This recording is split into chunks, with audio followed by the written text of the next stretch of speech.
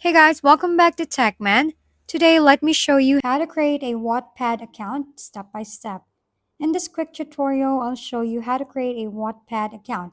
First, let's open your web browser and search for Wattpad. Then click on the official website link.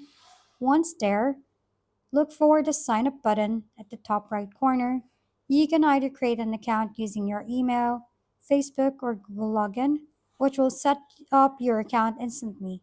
If you prefer to sign up manually, select sign up with your email, then enter your email, choose a username, add your birthday, and optionally select your pronouns.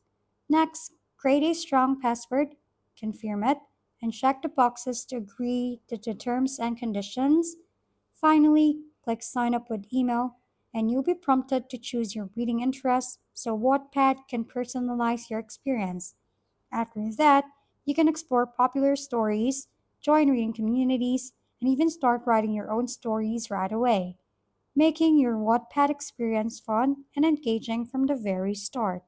If we've been helpful, kindly give us a thumbs up and don't forget to hit the subscribe and bell button for more contents.